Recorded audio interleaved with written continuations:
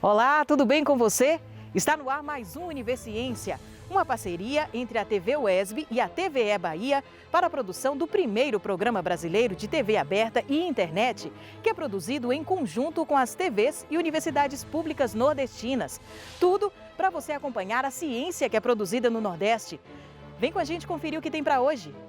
Cientistas da Universidade Estadual de Feira de Santana trazem um alerta. A caatinga, um bioma 100% brasileiro, está ameaçada. Uma nova espécie de anfíbio é descoberta nas belezas da Mata Atlântica na região da Bahia. E ainda, quais os efeitos da pandemia no exercício profissional dos comunicadores? Uma pesquisa faz uma análise bem interessante sobre a questão.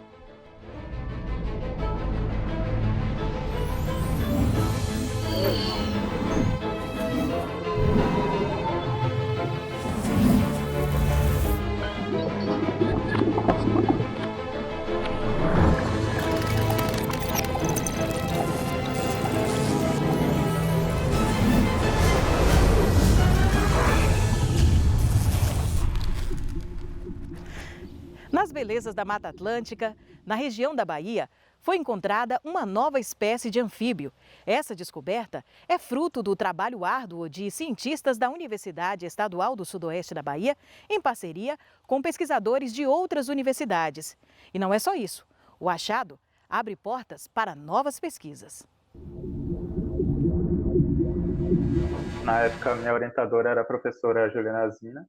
E aí, uma das atividades de campo, que foi no Parque Estadual do Serra do Conduru, né, eu escutei o canto de que parecia ser um anfíbio, um canto diferente, que eu ainda nunca tinha escutado. Os anfíbios, sapos, rãs, pererecas, eles emitem, né, sons que a gente chama de cantos, né, ou vocalizações, com a finalidade, né, dos machos atraírem as fêmeas para se reproduzirem. E aí, o que é interessante é que cada espécie tem um tipo de canto próprio dela. Então, a gente consegue identificar e diferenciar uma da outra através desses cantos. E aí eu suspeitei que poderia ser uma espécie que ainda não era descrita, né? Uma espécie que a ciência ainda não conhecia oficialmente, né? Formalmente. Novas espécies, especialmente do grupo dos anfíbios, né, em especial dos anuros em regiões neotropicais, são muito comuns. Né? Então, você tem descobertas e descrições de espécies constantes nessa região, que é, de fato, um hotspot de biodiversidade. Né? Então, dentro desse gênero de pererecas, tem uma característica muito interessante que é próprio delas, que é elas viverem a vida inteira dentro das bromélias, né? Que também é conhecida como gravatácea, dependendo da região. Então, dentro dos gravatáceos que acumula, né, aquela água da chuva ali, entre as folhas, e elas fazem todo o seu ciclo de vida ali. As outras espécies, a maioria das outras espécies do gênero Phyllodia estão pequenininhas, né? Enquanto que ela chega em torno de quase 4,5 centímetros, né? E uma espécie podem se desenvolver vários estudos de toda a natureza para conhecer o comportamento dela, como ela interage com os outros seres vivos, com o seu próprio ambiente, o que ela come, quais são os animais que se alimentam dela, e quais substâncias também a gente pode conhecer a partir do seu próprio organismo, porque uma coisa interessante nos anfíbios é que eles têm muitas glândulas na sua pele, né? E algumas pesquisas em outras instituições estão tentando chegar ao desenvolvimento de possíveis remédios, né, antibióticos, outros tipos de medicamentos que possam ser produzidos a partir de substâncias que os anfíbios produzem na sua pele. O girino dela consegue se alimentar de mosquitos, de larva de mosquitos, que se desenvolvem ali naquela água da bromélia. Então, às vezes as pessoas ficam com medo da questão da dengue e acabam removendo, destruindo ou até queimando bromélias. Mas se o ambiente for saudável, tiver outros organismos como essas pererecas ali, elas podem estar funcionando como controladores, né, naturais das populações dos mosquitos. Uma ciência bem feita, ela é uma ciência colaborativa porque ela une um grande número de informações de diversas naturezas. Então, eu posso dizer que a descrição do Phyllodytes magnus ela é uma descrição muito completa, porque ela envolveu aí essa colaboração. E essa colaboração ela é essencial, justamente porque só através dela que a gente consegue juntar num único trabalho essa quantidade imensa de informações, né? De informações de diversas naturezas, né? E parabéns aí aos nossos pesquisadores por mais essa descoberta. Bom, e daqui a pouco, uma pesquisa analisa as condições de trabalho dos jornalistas em plena pandemia. O Univerciência volta já já.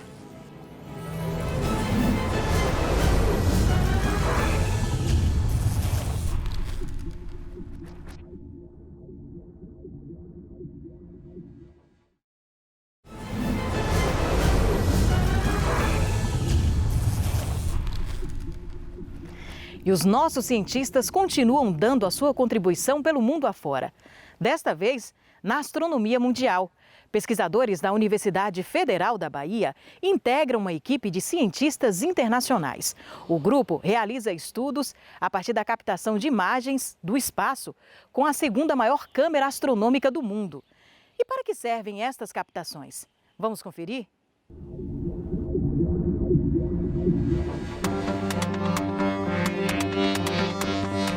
A segunda maior câmera astronômica do mundo, a JPCam, captou sua primeira imagem do céu, que revela uma fotografia da galáxia de Andrômeda. O equipamento pertence ao grupo de pesquisa JPAS, que é liderado pelo Centro de Estudos de Física do Cosmos de Aragão, na Espanha, e conta também com um time de pesquisadores no Brasil, entre eles o Grupo de Gravitação e Cosmologia do Instituto de Física da UFBA. O JPAS é uma colaboração entre o Brasil e a Espanha que tem como principais objetivos obter informações de grande área do céu, coletando fótons emitidos por objetos como estrelas, galáxias, supernovas, quasares. Para isso, o Centro de Estudos Físicos do Cosmos, de Aragão, construiu o Observatório Astrofísico de Javalambre, na Serra de Javalambre, Espanha. Esse observatório conta com 2 telescópios, sendo o principal o JST T250. Ele tem 2,5 metros de diâmetro, permitindo fotografar simultaneamente uma área de 4,5 graus quadrados, o que é equivalente no plano do céu à área de aproximadamente 36 luas cheias. O projeto conta com um inovador sistema de 56 filtros de banda estreita, que permitirá reconstruir espectros e estimar o desvio para o vermelho da luz de diversos objetos muito distantes. Para dar conta de todas as peculiaridades ópticas e mecânicas desse telescópio, foi necessário projetar e produzir uma câmera específica, a chamada JPCam. A produção desta câmera marca um grande avanço da física e da engenharia brasileira, tendo como protagonista o Observatório Nacional do Rio de Janeiro, com participação importante da Universidade de São Paulo. A JPCam possui mais de 1,2 milhões de pixels distribuídos no mosaico de 14 detetores, que trabalham em condições de alto vácuo e a 110 graus Celsius negativos. Para visualizar uma de suas imagens em escala real, seria necessário reunir mais de 500 monitores Full HD. O JPAS promete ser um dos principais levantamentos de dados astrofísicos e cosmológicos desta década. A primeira imagem divulgada é muito animadora, pois demonstra a qualidade do complexo e inovador arranjo do telescópio câmera. Com isso, poderemos ter mais informações sobre a estrutura e formação da nossa galáxia, a Via Láctea, como também entender mais sobre a evolução, formação e evolução de outras galáxias, além de poder construir um mapa da distribuição dessas galáxias, com o qual poderemos testar teorias de evolução das estruturas, testar se a relatividade geral de Einstein de fato se aplica em largas escalas, estudar o comportamento da matéria escura, da energia escura, dentre diversos outros temas. O JPAS promete ser um dos principais levantamentos de dados astrofísicos e cosmológicos desta década, e nós estamos muito felizes de inserir a UFBA nessa importante colaboração.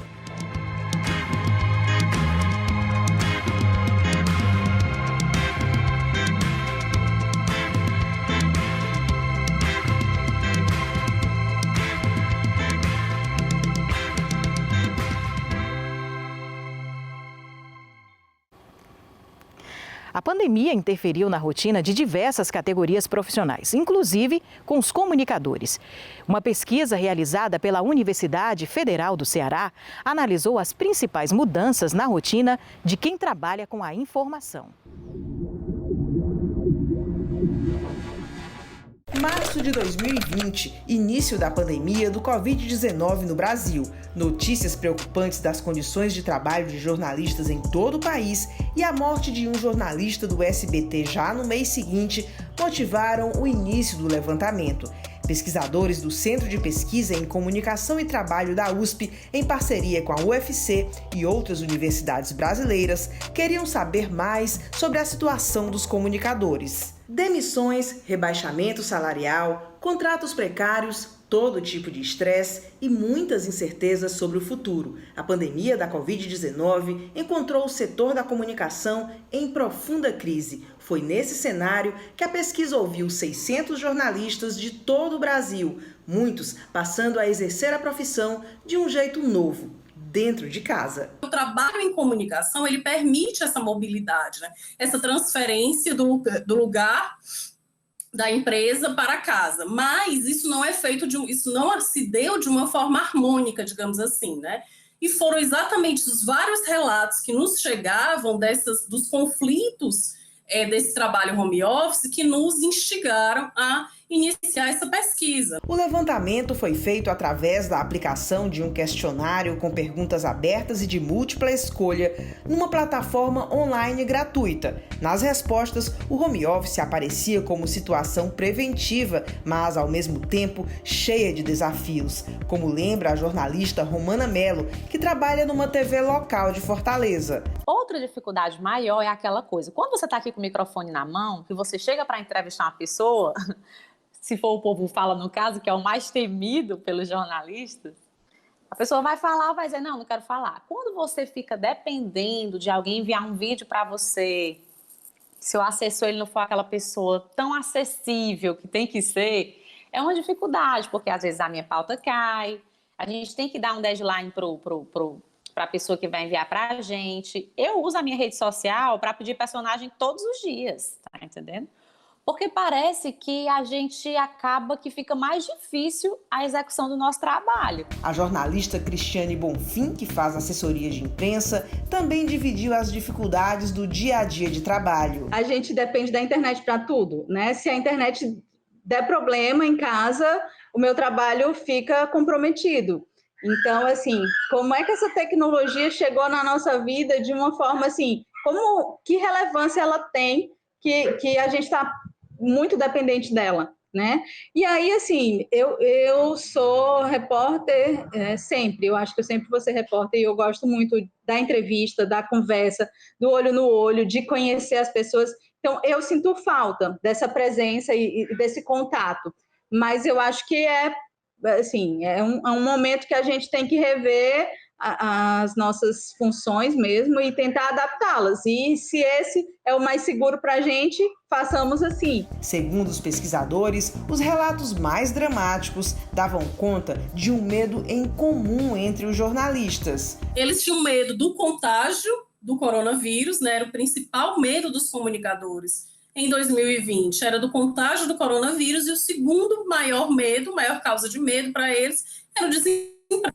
Né? Então, duas questões que estão no cerne da pandemia, né? Que é a crise sanitária, a crise de saúde e a crise econômica, né? Financeira, e essa disputa que gera esses sentidos em circulação na sociedade e que isso subjetivamente gera temores, gera medo, gera ansiedade nos comunicadores, né? Nos trabalhadores em geral.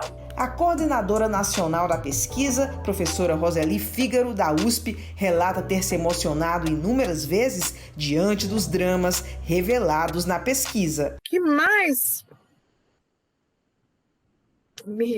até me emociona, me deixou impressionada, foi a vontade de fazer um bom trabalho.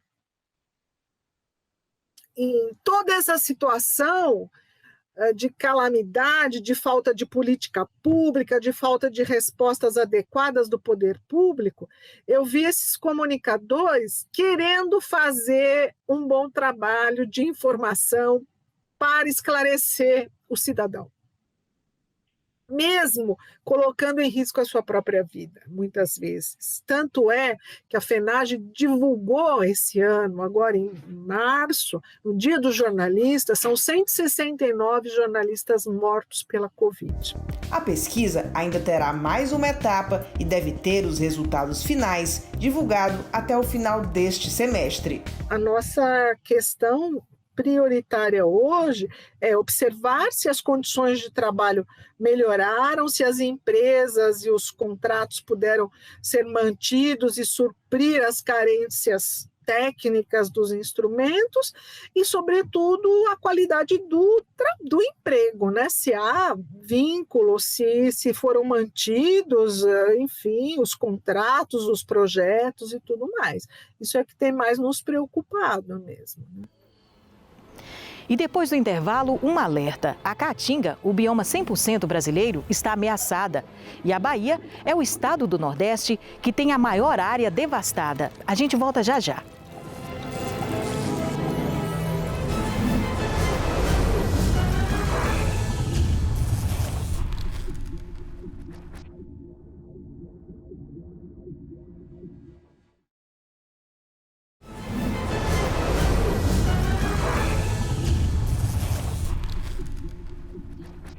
Um alerta. A Caatinga, o bioma 100% brasileiro, está ameaçada. E a Bahia é o estado do Nordeste que tem a maior área desmatada do bioma. E as informações fazem parte do raio-x do desmatamento e foram levantadas por pesquisadores da Universidade Estadual de Feira de Santana. Os cientistas desenvolveram o primeiro sistema de alerta de observação baseado em inteligência artificial, a partir da captação de imagens via satélite de florestas secas desmatadas.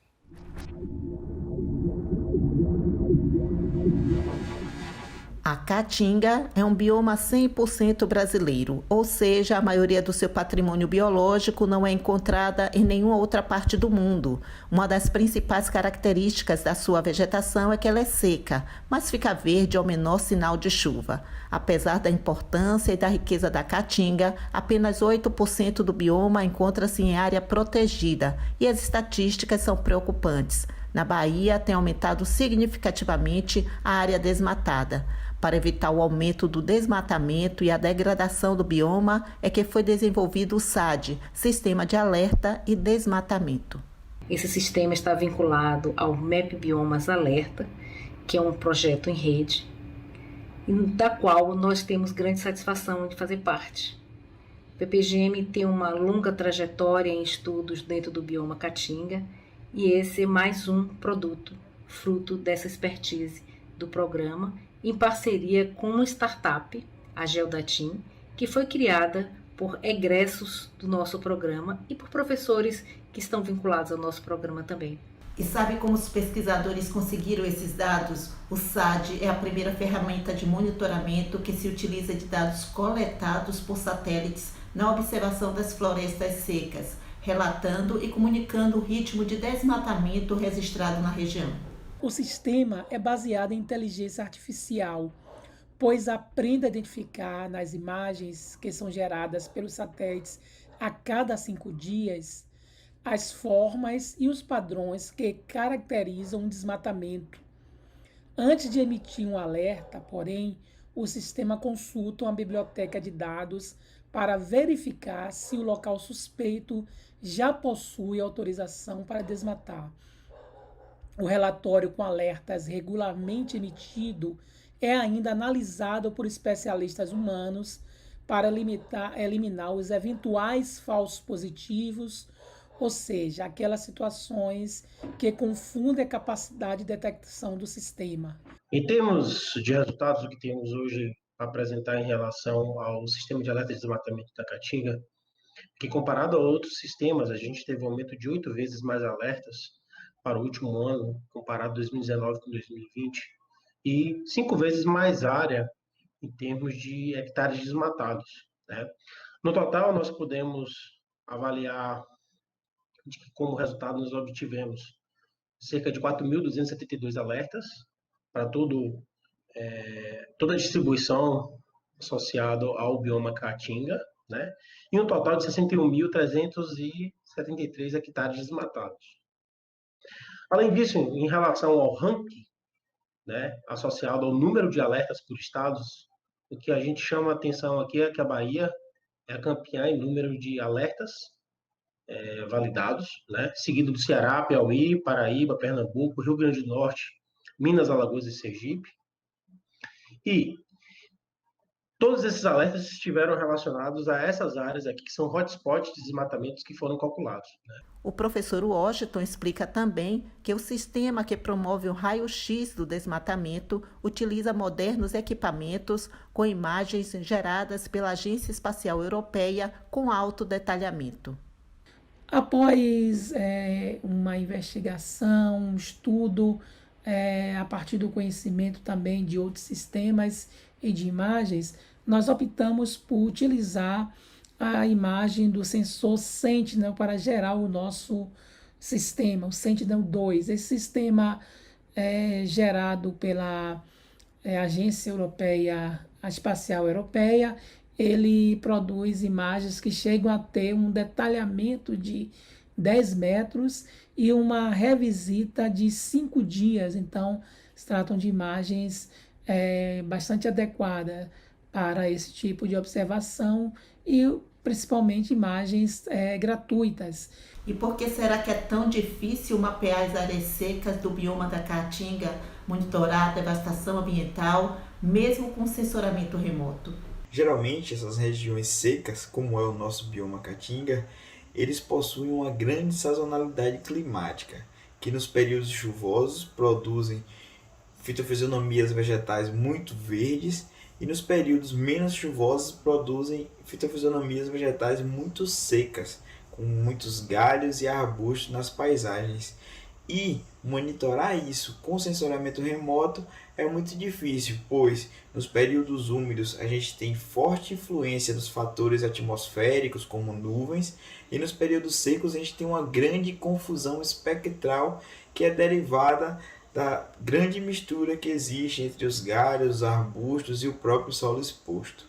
Nesse sentido, na Geodatim, nós estamos criando tecnologia, métodos e técnicas que sejam capazes de detectar desmatamento em regiões secas e estamos traçando um caminho para monitorar desmatamento, para monitorar a degradação em regiões áridas e semiáridas de todo o mundo, com um primeiro case localizado no bioma Caatinga, na região semiárida do Brasil. O SAD tem se mostrado tão eficiente que os pesquisadores já estão ampliando sua utilização através do uso de aplicativos móveis. Está em construção, no futuro, em breve, nós pretendemos construir um dashboard, um painel como esse, exclusivo do bioma Caatinga, do estado de Caatinga, e também um aplicativo móvel onde as autoridades ou qualquer um que identificando um alerta desse pode carregar no dispositivo celular, dispositivo móvel,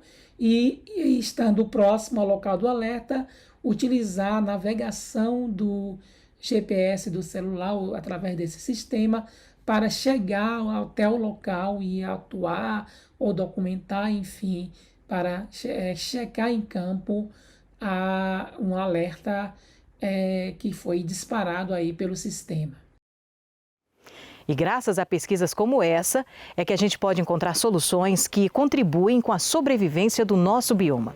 Bom, o Universiência de hoje fica por aqui. Agradeço desde já a sua audiência e a sua companhia. Na próxima semana, a gente volta trazendo mais informações a respeito das pesquisas científicas do nosso Nordeste. Até lá!